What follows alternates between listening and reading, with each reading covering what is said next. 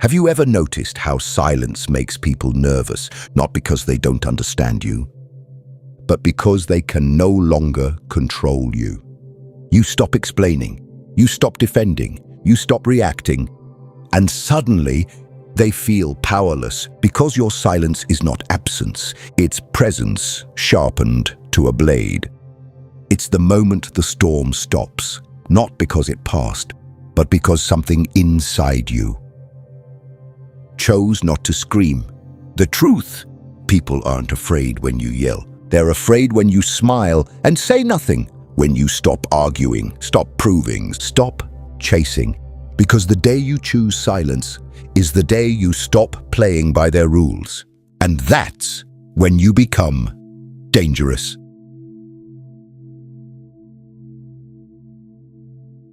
Silence is not what they think it is. It is not weakness. It is not defeat. It is not the void that follows failure. True silence, the kind that shakes rooms, is power under restraint, a blade still in its sheath, a fire held behind the teeth.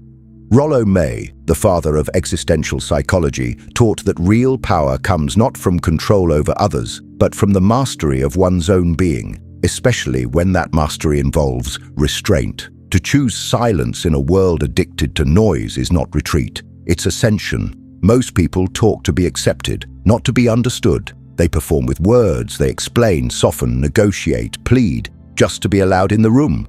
But silence refuses entry to those terms. It does not ask for permission. It does not apologize for its existence. It does not shrink or clarify. It simply is.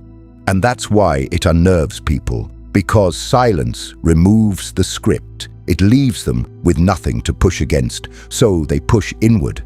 They begin to hear their own voices, their own fear, their own shame echoing in the absence of your reaction. That's when they realize they've lost access, not to your words, but to your vulnerability. You used to speak from fear. Every explanation was a plea. Every reaction was a bid to be understood. You were trained to believe that silence was suspicious, that if you didn't defend yourself, you must be guilty. But what if the opposite is true? What if silence is not weakness, but evolution? What if your refusal to engage is the beginning of real sovereignty? Rollo May believed that courage is not found in the act of aggression, but in the stillness that follows understanding. And once you understand your worth, you no longer beg to be seen. You no longer chase clarity from people who benefit from your confusion. You realize that not every wound deserves a response. Not every insult deserves a correction. Not every invitation to conflict is worthy of attendance. Silence becomes your sword. It says, without speaking, I see your game. I decline the role. And that quiet defiance is what makes you dangerous. Because people can argue with words, but they cannot argue with absence. They cannot attack what will not engage. So they twist, they rage, they try to provoke. Because silence is no longer passive. It's a wall they can't climb. And in that silence, something shifts. Not around you, but within you. You begin to see how much energy you've wasted trying to be understood by people who never intended to listen. You remember how many times you broke your own peace just to keep someone else comfortable. How often you filled the air with softness to protect someone else's ego. But silence doesn't protect their ego. It protects your essence.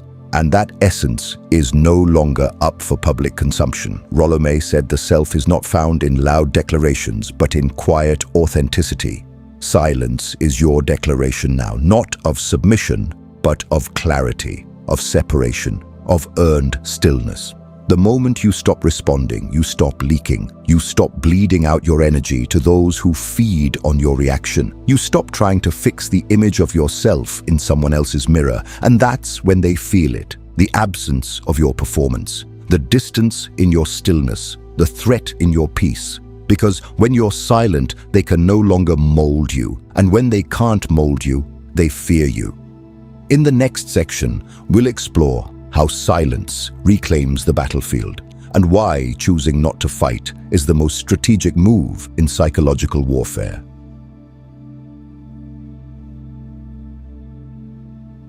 Most people believe that communication is made of words, that conflict lives in arguments, that meaning hides in sentences. But Paul Watzlawick, one of the fathers of the Palo Alto School of Communication, shattered that myth. He proved that you can't not communicate. Even silence is a message, especially silence. And that's what unnerves people. When you go quiet, they don't hear nothing. They hear everything. Their mind rushes in to fill the space. Their guilt starts to speak. Their insecurities rise because silence removes their ability to control the narrative. They no longer get to interpret your tone, twist your phrasing, reframe your words to serve their comfort. You've taken away their tools, left them exposed to themselves. And that's when silence becomes the most violent form of truth. It's not the absence of communication, it's communication that refuses to be manipulated. Watzlawick taught that silence in human systems creates a vacuum of certainty. And that vacuum reveals who clings to control. Because once you stop reacting, they're forced to face the echo chamber of their own intentions. And few people are ready for that level of truth. You've seen it. The moment you stop defending yourself, they panic. The moment you stop engaging, they escalate. Not because you've wronged them, but because they no longer own your attention. And attention is power. You used to think silence meant failure, that if you weren't quick to answer, they'd win. But now you know, the one who speaks first reveals their hand. The one who speaks last is reacting. The one who doesn't speak at all is in control. Silence isn't silence, it's strategy. It redefines the conversation without saying a word. It exposes the imbalance. The person who can sit in silence holds the frame. Watzlawick argued that all behavior is communication, which means your withdrawal, your stillness, your unbothered pause is a statement. And not everyone deserves an answer. Some people provoke you just to keep you locked in their script. But when you break the script, when you fall silent, they don't know who they're talking to anymore. They project, they guess, they grow desperate because silence breaks the illusion of predictability. It says, you don't have access to me anymore. And the moment you become unpredictable, you become powerful. But silence is more than a boundary. It's an invitation for you, not for them.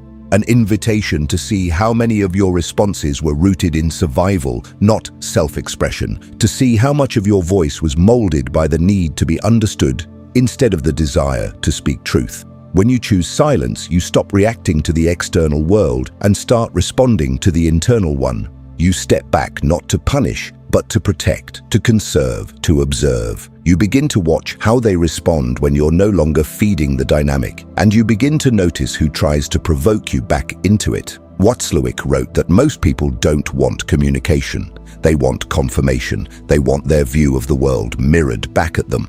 But your silence refuses to mirror. It refuses to obey. It refuses to affirm their illusion. And that's when the discomfort begins. Because you're no longer participating in the dance. You've left the rhythm, stepped off the stage. You are no longer the echo. You are the absence that unmasks the noise. In the next section, we'll dive how silence dismantles emotional control and why those who once relied on your reaction will begin to feel exposed in your stillness.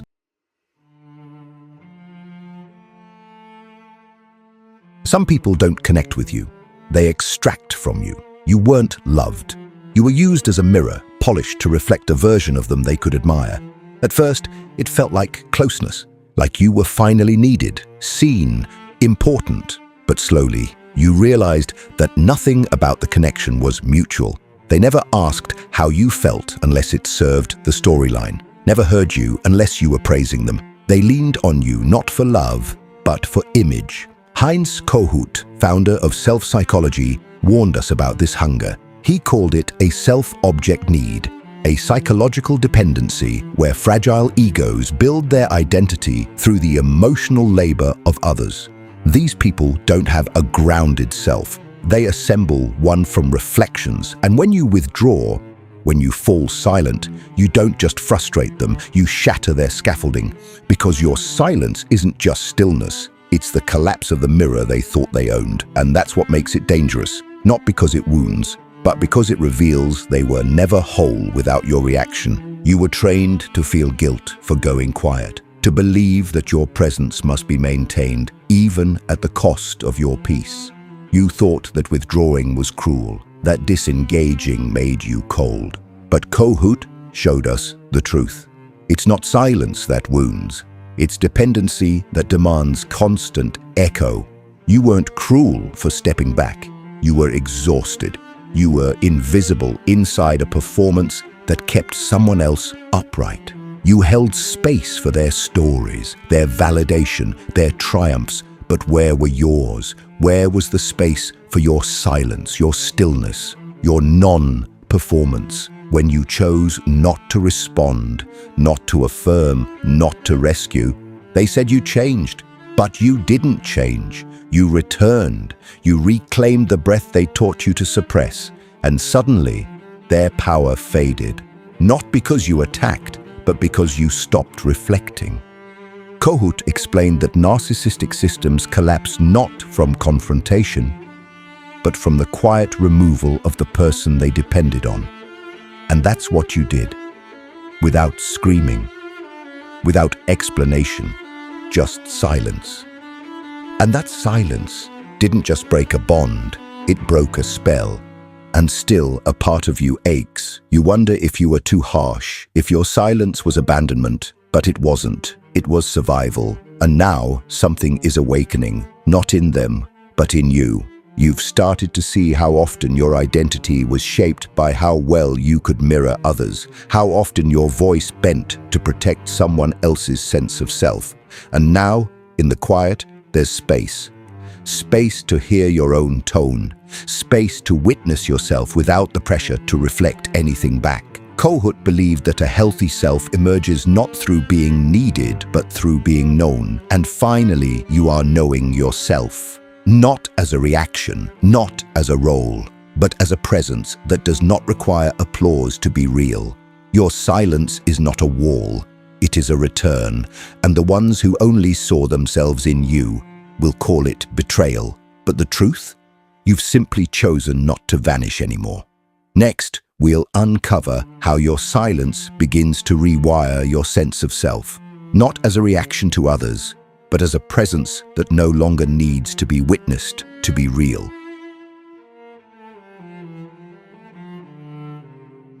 There's a silence that crushes you, and one that reconstructs you. You used to hold your tongue because your words were unwelcome, not out of wisdom, out of fear. Because when you tried to speak your truth, the room twisted. They heard rebellion when you meant boundary. They called it drama when you named your pain. So you shrank. You learned to study faces before opening your mouth. You rehearsed the most harmless version of your voice. One that wouldn't stir discomfort. One that wouldn't threaten their fragile control. Frantz Fanon, in his work on psychological colonization, described this as the silencing of the self to survive the dominance of others. Though he wrote of race and identity, his ideas cut deeper into how many of us abandon our language, our rhythm, our emotion, just to avoid becoming a target. You weren't silent because you were peaceful. You were silent because you were scanned, judged, reframed, and somewhere in that process, you learned it's safer to be hollow than to be punished for being full. But that was the old silence, the one rooted in fear, the one that left your throat tight and your stomach on fire. Now you're meeting a new silence, one that doesn't shrink but expands, one that doesn't submit but dominates. Fanon believed that reclaiming the self required a descent into internal rebellion, an emotional uprising. And this silence you hold now, it's not passive. It's the result of revolution. You are no longer quiet to please them. You are quiet because they no longer deserve your sound. You don't withhold out of fear, you withhold out of clarity. They no longer get access, and they can feel it. Because this time, your silence is not emptiness, it's certainty. It's grounded. It does not tremble. It does not bend. You are no longer performing. You are no longer available for deconstruction. You no longer feel the need to make them comfortable with your complexity. You no longer dilute. You no longer chase. The silence you hold now is one that recenters you. It restores your weight in the world. It returns your spine. And those who relied on your submission will call it cold, but you know better. It's integrity. They will say you've changed, that you're distant, detached, but really, you've just reclaimed your edges. The borders they once blurred, and in doing so you've become something rare, untouchable. Fanon said the colonized mind must learn to speak in its own voice again, but before that, it must go silent. Not the silence of defeat, but of building, of reconfiguring identity not through reaction, but through self-ownership. That's the silence you carry now. It's not a pause, it's a stance. It's what happens when you've seen enough, said enough, begged enough. And now you sit in the aftermath, not broken, but intact. Not soft, but solid. Your silence no longer asks, "Do you see me?" It states, "I see myself." And from that place, the dangerous thing happens. You stop participating in your own diminishment. You stop making yourself digestible. You stop flinching when your wholeness takes up space, because you've tasted a kind of silence that feeds you, not empties you. What comes next is a return to the kind of silence that no longer pleads, it commands.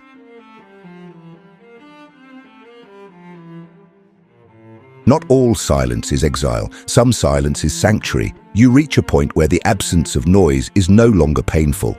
It's necessary. You no longer fear the echo. You begin to crave it. Because there, in that stillness, you find something no conversation ever gave you. Clarity. You're not hiding. You're incubating, recalibrating. You're not punishing anyone. You're tending to the part of you that was never allowed to breathe without permission. Thomas More, in Care of the Soul, described this sacred interior as a place that cannot be accessed through language or applause. It is the terrain beneath performance, beneath need, beneath persona. And silence, real silence, is what allows you to go there. You don't just retreat from others. You descend into yourself, not to escape, but to remember. To remember that your worth is not earned through your ability to be heard. It is felt in your capacity to simply be. And that being doesn't require validation. It doesn't require explanation. It only requires space. And silence is space. You were raised in a culture that equated stillness with stagnation. If you weren't moving, you were falling behind. If you weren't speaking, you were irrelevant. But More challenges that. He writes that the soul thrives in silence, because silence strips away the spectacle. In it, there is no more proving, no more performing, no more dancing for scraps of attention. You sit in your truth, not loudly, but deeply.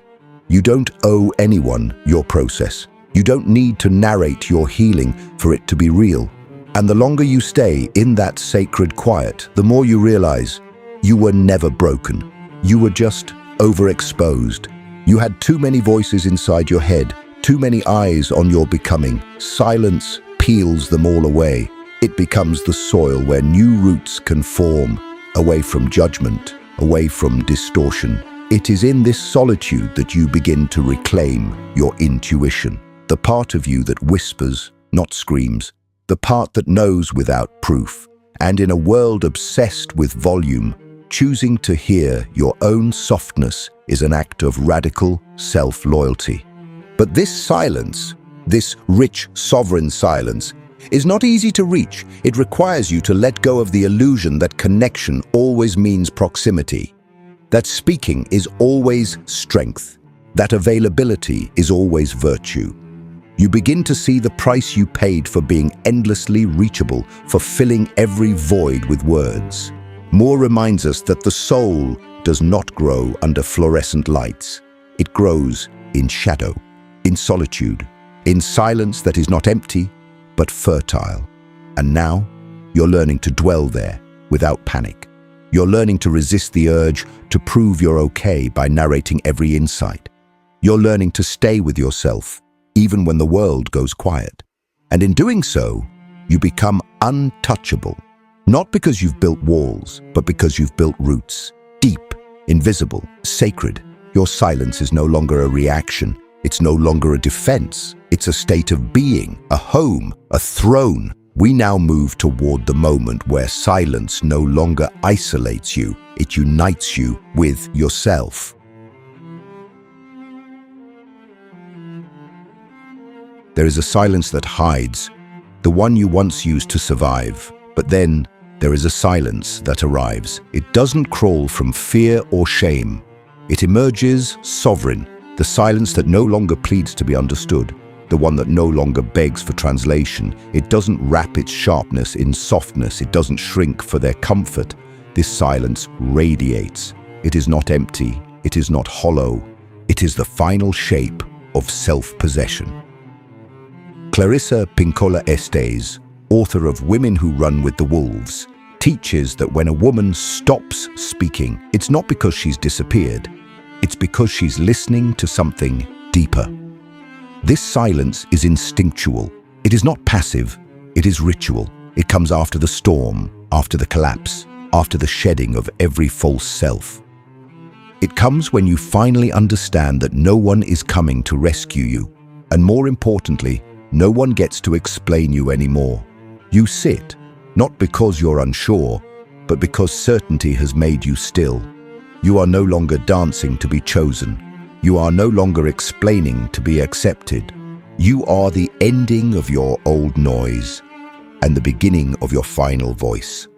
They will come for it, for this quiet you've built. They'll try to poke holes in it with guilt, with chaos, with twisted memories and sudden affection. They will accuse you of pride, of detachment, of cruelty, because they were never afraid of your anger. They were afraid of your exit. Clarissa writes that there is a wilderness in us that knows when it's time to walk, that knows silence is not absence, but protection. And now you wear it like armor. This is not the silence of resignation. It is the silence of command, the silence of someone who no longer allows others to draft the terms of their reality. You are not punishing them. You are protecting what's left of you. Every word that once escaped your mouth in desperation, gone. Every apology for your own depth, gone. Every need to soften your sharpness, gone. You no longer seek to explain your edge. You stand on it, and they feel it. The threat in your stillness, the echo of everything you will never say again. They will try to bait you back with chaos, but now you are fluent in peace. And peace does not answer noise. This silence is sacred. It is no longer a pause. It is a punctuation. It is not temporary. It is a new language, a language only the healed can hear. You no longer speak to be seen.